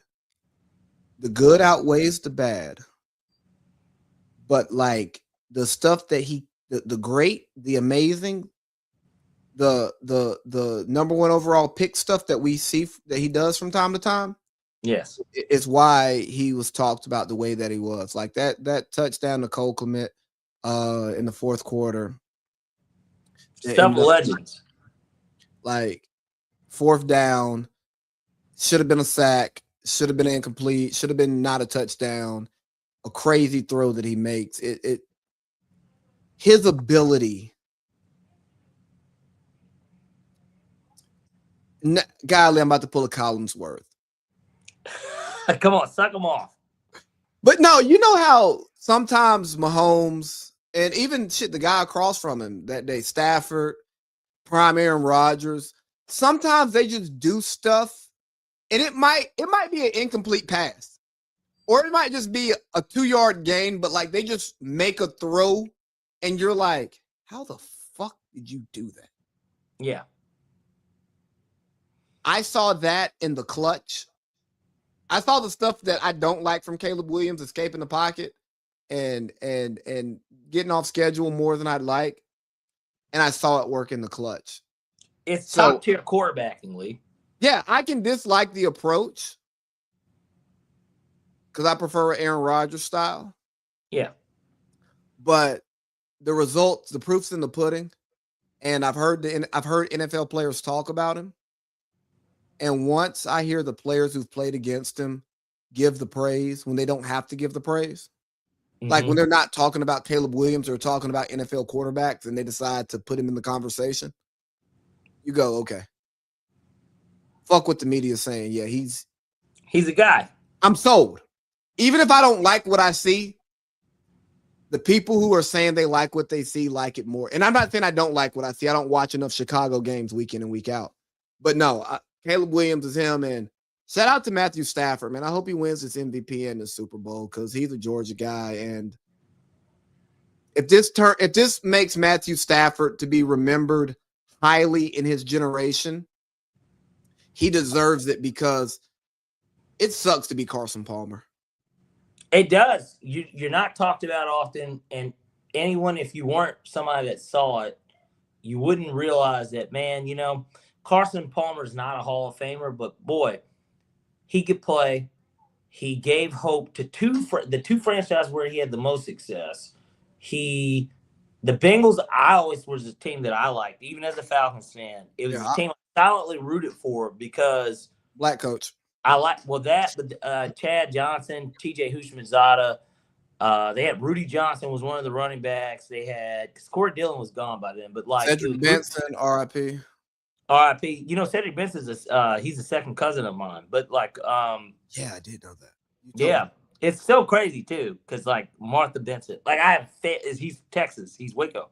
Well, yeah. But he's a cousin of mine. But like, I mean, I didn't know him. I never met him. But like he's related to me, and so There are athletes in the family. Got it. Yeah. Deep on my dad's side, but But I yeah. think his mom was my grandmother's aunt. Okay. But regardless, the thing is him. He's somebody that just won't get that appreciation either. Like it happens every era where we get those type of guys. Hey, if you put Eli Manning like on a lie detector test and just asked him questions about Carson Palmer, who do you think Eli believes was the better quarterback during their time in the league? Yeah.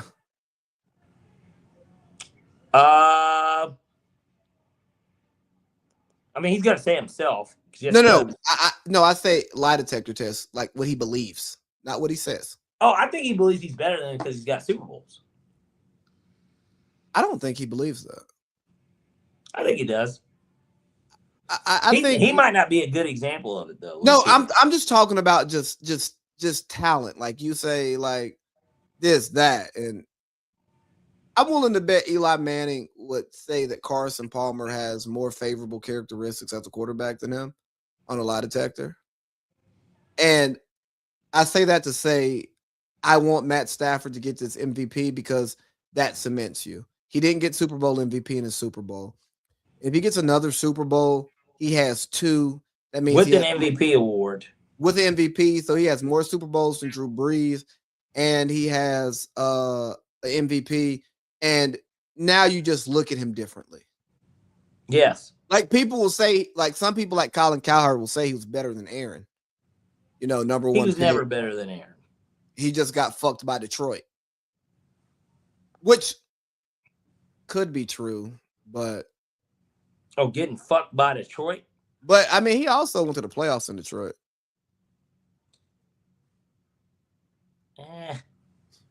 They fired my man after a 9-7 season, Jim Caldwell. Well, who do we blame? Jim Caldwell got fucked in both of his head coaching jobs, didn't he? 14-2 Colts, Peyton Manning, next shit. They tank, they fire him.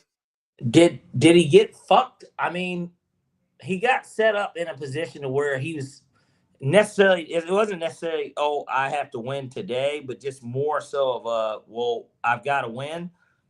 But I also don't necessarily, because I'm new, I'm learning on the job anyways, but my leash is shorter. Like 3 years was always going to be his max. All right, I'm sorry. His minimum was going to be 3. He went to a Super Bowl. He lost. Peyton got hurt. Peyton got hurt, yeah. Then he goes to Detroit and turns things around. Now that's where he got the raw deal. He got the raw deal. I don't know about Indy. Well, they fired him after they fired him after the bad year when they drafted Andrew Luck. Well, maybe that was just a whole franchise sanitization. It was a new era. Yeah, but still, when you're the coach and Peyton Manning is out and he's going to be out for the whole season, you're DeMar Hamlin. Yes. If you've been there a few years and you already hadn't won the big one and you've had Peyton Manning and you were having playoff failures. And they're like, but that's why I'm surprised McDermott lasted as long as he did. And Josh Allen is no Peyton Manning. So with this week's games, give me the Rams, give me the Pats, repeat of 0-1. But I'm repeat of Atlanta Super Bowl. But I'm not going to say. But I'm not going to say that the Patriots start their new dynasty, even though it's year 2 for Drake May. Yes, year 2. Yeah, and Brady was what, year 3 or year 2? Year 2. He was his rookie year. He didn't play. His second year, obviously, he had not played until. So here goes your media storylines, because guess what? This is the sports entertainment business. And then when the media makes more money, the sports make more money. So there's your prediction, guys. Well, I am going to wait unless you want me to do my picks right now. No, just wait. I'll wait for a prediction, but Where we at on time? We got about 20 minutes if we keep it under 2, but I feel like we'll probably go a little over maybe for this show. No, I honestly can't. I got 3 phone calls I got to make. When we Okay. Okay. Well, here, I'll quickly do this. I mean, my thoughts are this. Heartbreaking news for Denver. They got home field advantage. They're playing against a team that is beatable. So there's that. Then with Seattle and LA, I think that this is a game that it was arguably, there's been so many games of the year this year, but that was one of the games of the year, the Thursday night game where Seattle did come back at home and 1-0 on a 2-point conversion of all things. Let's talk about the national championship. That game should be very interesting. I'm excited, and we'll get to the picks with it. But you can talk about that shit with the picks. Let's get to the natty. The natty that no one cared about. Cincinnati doing something that's never been done. For one, they were 16-0. I don't think any teams won 16 games in college football. They did. Obviously, it's Indiana. I think that's even more of the story. Like, there's no way that the Indiana Hoosiers are college football champions and they reign supreme. It's so weird to say still, but they did it, and they did it pretty convincingly, and they beat a lot of the teams that you would have wanted to see them play en route to doing it. Oh, and the Big Ten has won 3 straight national championships, and I think we're not doing that. That's the real conversation. Well, I don't think it's better. I'm going to Georgia hat, Lee. I don't think that the SEC is, but I'm just saying, is that a conversation? No, it's not a conversation. It's absolutely. That's 3 in a row. I'm just saying. National championships are not the only determining factor of conference strength. And in today's college football, where the portal's wide open and the NIL money is flowing, what is a conference? Conferences used to have an identity. Conferences used to recruit a certain type of player. Do you believe that the identity is gone from conferences? The identity is gone from college football. Okay. It hasn't gone from the fans yet because they're still alive, but the identity of college football is gone.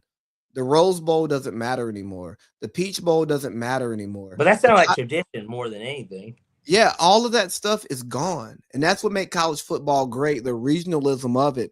And the few times a year you get these cross-regional matchups, Like, how many years did you want to play against Ohio State or Miami? Or LSU. Well, see, that was the thing with the SEC even back then, and we're talking mid-2000s, Bush era. The thing was, before Saban goes to Bama, the SEC was always still looked at as this superior conference, but like at the same time, and notice you didn't name any SEC teams when you named how many times a year did you want to play them? Well, I was talking about the Georgia fan. But the thing is, yes, okay, but yes, from the Georgia perspective, yes, because we were never going to be. We were always a very good team, but we were never a championship expectation team. But I was just saying, like, we knew. But the SEC was also every other year. It was a good, whether it was Florida, and I'm talking, like I said, prior. I was saying those teams because it's like the only chance we will get to play them is in either in a natty or a big bowl game at the end of the year. Yes. And it was a thing, right? But now these bowl games are corporate shit, so they still make their money, and they don't make their money off the fans. They make their money off the corporate sponsorships. Bro, I know we're supposed to be praising Indiana, but Indiana winning a national championship is a prime example of how money has ruined college football. And it has very little to do with Indiana. Yes, Indiana has Mark Cuban as an alum. Joe Buck too. Just throwing that out there. So I didn't know that Joe Buck went to Indiana. Interesting. Yeah. So the well is wet over there. Okay. Well, but that goes back to these big schools in the Big Ten. Yeah, there's more money. Huge. They're huge, but they're huge. They're bigger. They have they're bigger 70, schools. 80, 90,000 enrollment. Yeah, they're bigger schools, and they have more rich alumni because they're bigger schools. They're Midwest. Yeah. So yeah. What now was about coaching development, and yes, the the leadership in college football was being overly compensated while the labor was not being properly compensated. Hey, that's the American way. Yeah, it's business. Yeah, So so I'm not saying that I like it, but then when you create a space for labor to make money without guardrails, that's always stupid because now individuals control institutions because institutions have like no control over individuals, and institutions always work better than individuals, even if you're an individual getting fucked by an institution. Just throwing that out there. Like for a society at large, strong institutions are better. And right now, the NCAA, the conferences, the schools themselves, not many of them are strong institutions. Georgia football is still a strong institution. We didn't win a national championship. But that's because Kirby lives and dies on the hill that is Georgia. But yes, but like because they would be going after Mensa to replace Gunner, and not that Gunner's the reason we didn't win, but like if he wanted to upgrade, if he wanted to do, Kirby could have dropped the bag and got Fernando Mendoza if he really wanted. Yes, he could have gotten, and same with this cycle because you know the Mensa thing. The guy at Duke, he is good. He's very good. He's better than Gunner Stockton. He's not going to do Gunner wrong because he has a way that he's building the program. And he's saying, you wait your turn, you will be rewarded. Carson left on his own merit. He's coming off an injury. Gunner comes in. Gunner had waited. It's Gunner's turn. Carson leaves. Plus, Carson wanted more money. He got it. He went to the national championship. Congratulations to him. But, like, Kirby is an example of not being like Dabo, right? Like, Dabo is against this stuff, but like at the same time, Kirby adjusts to it, but also still keeps his tradition in the way that he wants to run his program. And what's going to happen is Kirby will have some seasons in the short term that we won't be proud of. And I'm not saying they're going to be bad seasons. There may be a season like this year. There may be a lot of them. But when you look at what Kirby's doing over the long haul, over other institutions, you're going to see that, Georgia's a consistent top program, not just a top program in this 5-year window. Yes. Or in this recruiting cycle. There's never a year that they won't be in the top 3 in Vegas odds because they were number 2 this year behind. Well, they were like Ohio State and Texas were like tied to start, but then Georgia was like 3rd. So they will always be a betting favorite. A favorite amongst eye test people in general. They are the equivalent of what Nick Saban Alabama is. I won't go that far because we don't have as much hardware and we haven't had as much time. But but they're still going to be I'm just saying from a. We're gonna open damn near. We're gonna open every season and close every season in the top 10 regularly. Exactly. But the game was meh. I didn't care about the game. Second half was way more entertaining, of course. I know we talked a good portion of the first half, but the second half was much more entertaining. I went and got the bottle of liquor that I told you I was thinking about. I went and got that, and the game was just better. It sucks because Indiana cost me. If Indiana had won the second half, I would have won like $6,000 on a $50 bet. That's not here nor there, but that was still a part of it. And gosh, we didn't get to get into this whole. We'll have to say that, I guess, for next week. Where we at on time? We'll have that week in between the Super Bowl, anyways. But where we at on time? Well, we got about 12 minutes, and so, it was a snoozer in the first half. The second half was certainly better. Mendoza makes his Heisman moment in the national championship game with that run, no doubt. And some could say maybe the throw he made against Penn State. Maybe it was the Heisman moment in regular season, but that play will live in lore when they do the highlight package for national championships for years to come. And him diving and taking the shot, and the fact anyone that watched the game will always remember they did that on a 4th down up 3 in the 4th quarter. And we saw that Adidas on the field, and it was disgusting. Yeah, make America Nike again. Yeah, well, now we got these libs running the damn office. Do you want to talk about the NBA All-Star starters at all? We might as well touch on it. I mean, we got about 10 minutes. I don't see why not. Let's give it 2 minutes. I sent it to you somewhere, didn't I? I know it off the top of my head. Cade Cunningham, Jalen Brunson, Jaylen Brown, Giannis, and who's the fourth all-star starter in the East? I don't know. It's a foreigner, Giannis. So You already I said named all the Americans. I named all the Americans because those are the 4 Americans. Well, no, you said Giannis twice. Giannis, Jalen, Cade, Jalen. No, Jalen, Giannis, Cade.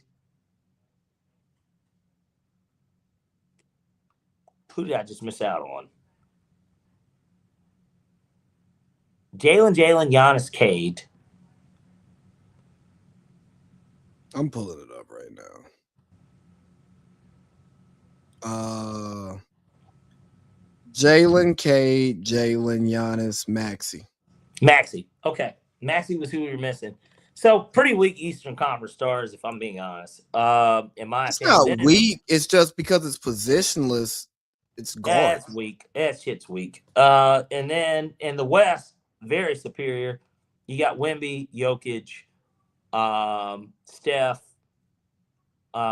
Luka, and Shea. There you go, league MVP. And so kick Steph out just because in reality, numbers wise, that was an OG move. But look, I mean, think about it. And LeBron made sense because he missed so much time before the season started, regardless. And the Lakers don't like him. And I just think that the NBA in general, there's not LeBron fatigue because there's just so many Bron sexuals still that that are here. And I don't even think it's the Bron sexuals, bro. I think it's the Bron haters that actually fuel it. Yeah, but I don't even think anyone hates LeBron anymore. It's just more of a. They still do. They hate him in terms of when it comes to legacy greatest of all time talks. Nobody cares about him currently. Nah, bro. I'm actually less of a LeBron fan today than I. It's time for him to go in a weird way. It's going to be a sad day when LeBron James seriously is not playing basketball. But let's get back to the All-Star game because we're short on time. Right. Hey, look here. Ant-Man is averaging 30 on 50% shooting and 40% from the three. He's a higher speed than Steph. I don't care if Steph is the OG. I don't care about none of that shit. I don't. And I respect Steph. And Steph is supposed to be an all-star starter because he's Steph. But if Kevin DeFlacco ain't an all-star starter, put that young man Edwards in because by all the metrics that matter to the media, and I get it, there's a fan vote that goes into that. But if I'm averaging 30, I'm a higher seed than you, and I'm averaging 30 efficiently, nigga, I'm an all-star starter. I should be an MVP. We being honest. Better question, and we can run through this super duper quick. Just name off the top of your head some of the people you think are going to be reserves. We know. I don't know. I don't know because there's going to be 16 Americans and 8 foreigners. So Denny Avdia is going to be one with the Blazers. He'll be one of the foreign players, no doubt. He's kind of all-star deserving, but he has all-star numbers. Yeah. The Blazers are competitive. Bro, the NBA All-Star game is just stupid. They've lost sight of it. Gilbert Arenas, I quote him a lot here. He talked about how to improve. We didn't even get into any of Gil's Arena either on all this after we talked about it and said we were going to do it. I forgot what they talked about. A lot of things. But we kind of addressed it anyways with the Falcons stuff. But oh, yeah. You talking about that football show. Fuck them. I don't watch that shit. Gil said, hey, the problem with the All-Star game is it's a pickup, it's an exhibition game, but they call it worse than they call the playoffs. Right. So niggas stop playing. And again, that's stuff you can't get from the media necessarily, or even retired players who just talk about it but didn't play in it. Yeah. It's like, oh, I done went to the basket and I done got hit across my head and they ain't even calling it. Oh, I'm not going to the basket no more. I'm just shooting threes. Yeah. I'm not going to get hurt for games that matter, the playoffs, my legacy, have Skip Bayless talking bad about me because I got hurt in the All-Star game trying to play hard to make the fans happy. But the league's not protecting me. And I just think the league is so far removed from the fans. Because if you're going to do a U.S. versus World All-Star game, 12 versus 12, my nigga. And also, why don't we make it North America versus the world? Because that helps your numbers. It helps by giving Canadians, but like the Canadians come to America and would Central America and like the Caribbean, but yeah, the Caribbean. There's not very many South American players. No, that are all stars. Like Cat has claimed his Dominican citizenship. Imagine that nigga playing for the world team. Nigga, you from New Jersey. And that's the issue with it too. They just don't. They didn't set it up right. But Donovan Mitchell, he Panamanian. He's Panamanian, yeah. All right. I mean, your grandparents are Panamanian. I'm not shitting on your on that, but nigga, no, you're American. You should play for Team USA. We had spoke on that, but look, we've got about 4 minutes, so let's get into this. Ladies and gentlemen, it is time for Parlay P's NFL Championship Sixers. All right. I've got a flaming hot six-pack. Obviously, we're down to 2 games, so it makes it a little bit harder. So I did this. I did a 3-3. We got 3 props. We got 3 game picks. I'll start off with the props just because the props, anyone can do those on a lot of those. So we're going to start off with one. Jarrett Stidham, over 198.5 passing yards. Really low to me. New England's got a solid secondary, but give me the over here.